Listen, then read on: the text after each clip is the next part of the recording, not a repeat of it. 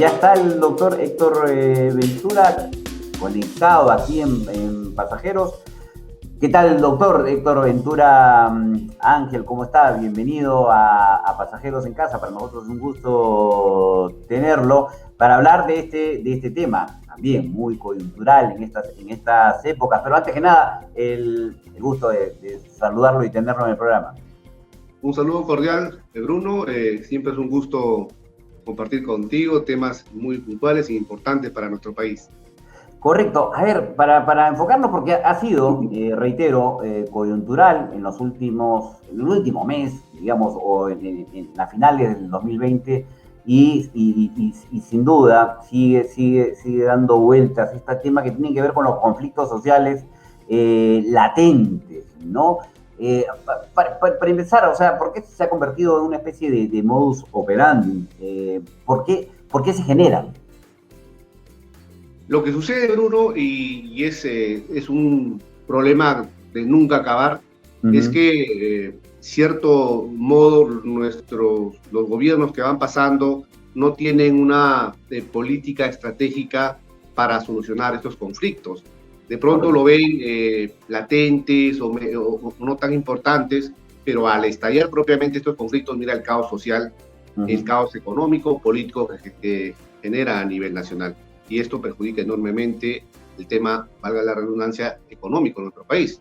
Miren nomás lo que está sucediendo en el norte, en el sur, de los conflictos agrícolas que se están produciendo en estos 12 puntos muy importantes para nuestro país. Sin duda, y vamos a abordarlos ahora, porque, por supuesto, esto no solo es un tema que nos relaciona o que solamente se generan en el Perú, es un tema coyuntural en el mundo, en América Latina en especial. ¿Las protestas son legítimas? ¿Cuál es la mirada legal en todo caso? Claro, las protestas en sí son constitucionalmente legítimas, inclusive hay tratados internacionales el cual respaldan estos derechos de reunión, derechos de expresión. Por lo tanto, las protestas son legítimamente, son legales. Pero esto se desnaturaliza, se distorsiona al existir actos violentos, contrarios a la norma. Entonces, allí viene una imputación penal donde lamentablemente tienen que ser sí o sí accionados. El Ministerio Público tiene la obligación de actuar como órgano persecutor del delito frente a estas personas que, amparándose en este derecho, propician estos actos vandálicos. De todos modos, las protestas encaminadas correctamente pueden surtir efectos, pero lo que hemos visto ya a nivel nacional en los medios de prensa, los que hemos tenido conocimiento de cómo lamentablemente se están llevando estas protestas, lamentablemente no se adecúan estos comportamientos. Por lo tanto, deben existir sanciones drásticas para estas personas que están entorpeciendo lo que en sí el poblador, lo que sí el protestante quiere. Los actos vandálicos, reitero, deben tener sanción penal. Desnaturalizan el concepto de protesta, legalmente, por supuesto. De protesta legalmente pacífica, por supuesto. Porque, bueno, y un poco lo citaba y fuimos testigos todos los peruanos cómo terminamos el año 2020 con este tema que se generó el problema del agro, ¿no? Cuéntanos un poco, a ver, ¿por qué se genera esto que ocurrió, además en el sur y en especial en el norte del país, en donde se da inicio? ¿O tuvo una mayor gravedad, no? Claro, esta pregunta, Bruno, conlleva de repente a retroceder a dar una respuesta de un tema histórico en el Perú respecto al tema del agro. Ya en el año 1950, Ernesto Alaiza propuso una reforma agraria. Teníamos en mente todos, por historia, por conocimiento, de que la gran reforma agraria se había dado con Velasco el 24 de junio del 69. Pero mucho antes, ya en el 50, Ernesto Alaiza, un político destacado en aquel entonces, propuso una reforma agraria, pero no tuvo el efecto que se quería. En el 69 con Velasco también se propone una gran reforma agraria, pero todos conocemos de que no ha sido lo suficiente, ni ha tenido esa relevancia social para el Perú. En la época del presidente Fujimori, recuerda que veníamos de un caos social, de un caos político, de un caos económico. Entonces, el gobierno de Fujimori realiza un proyecto el cual ha sido formidable porque ha permitido salir del problema económico y social que teníamos en aquel entonces. Ha sido una fructífera labor de política en cuanto al agro en los 90. Pero esto sí o sí ha tenido que ir mejorándose durante el tiempo porque las normas en sí se generan de acuerdo a la necesidad propia del ser humano, de la sociedad. No obstante, esto ha debido ir modificándose en el tiempo y ya en el gobierno de Vizcarra se ha tenido la oportunidad de refrendar esto, se ha tenido la oportunidad de ir mejorando, pero no, lo que han hecho es, con todo lo que teníamos hace años, se ha prolongado 10 años más y mira el resultado desastroso que hemos tenido ahora, con una incertidumbre legal en el ámbito agrícola, en el sur, en el norte del país, pero eso se ha debido ir mejorando.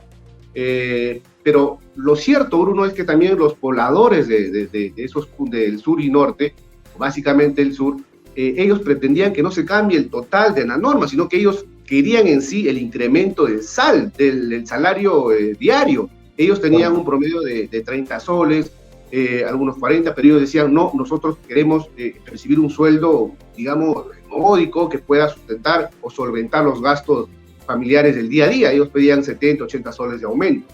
Pero la incertidumbre crece cuando ya lo dejan sin asidero legal, sin un sustento legal para el trabajador agrícola, ¿no? Entonces, eso ha sido muy, muy controversial y es por eso que las protestas se han ido generando en estos últimos tiempos y sabemos todos los resultados que han ocurrido. Sí, sin duda. Y claro, siempre con la mirada de dónde, hasta dónde está la legitimidad de estos hechos, ¿no? En imágenes, por supuesto, tenemos lo acontecido y por eso un poco la consulta a un especialista de hasta dónde llega la legitimidad de este tipo de actos, más allá de las responsabilidades, ojo, ¿no? De los conflictos que en algunos casos tienen las empresas privadas. Claro, lo que sucede, Bruno, es que hay que ser realistas. Lamentablemente, lo que ha ocurrido es porque no se toma en cuenta en sí al sector agrario, y si lo hacen, de repente no les dan lo suficiente. Existen otros ministerios, Bruno, que tienen un promedio de presupuesto anual mucho más que el sector agrario. Entonces, de pronto la propuesta podría ser, oiga, esos remanentes, esos saldos que tienen otros ministerios pasen al Ministerio de Agricultura, de manera que se puedan generar proyectos sostenibles para todos los trabajadores dedicados al sector agrario. Por ejemplo, un tema muy, muy preciso, en la región Tumbes, una región muy buena de emprendimiento. Lo que quieren, por ejemplo, nuestros hermanos agricultores dedicados al agro en Tumbes, es que tengan un sustento económico, ¿no? Pero se necesita un préstamo para que ellos desarrollen el tema de regadío, el tema de pozos, pero necesitan un sustento económico o un préstamo económico para que ellos después devuelvan ya con la producción propiamente. Pero si van a cobrarle el crédito ya al mes, pues va a ser imposible que el sector agrario en Tumbes pueda surgir, pueda desarrollarse. Lo que se pretende es, oiga, hermano agricultor, te presto el dinero, pero te devuelvo, o tú me devuelves ya cuando salga tu producción. O sea, es decir, al año. Pero algunas veces han estado haciendo mal las cosas.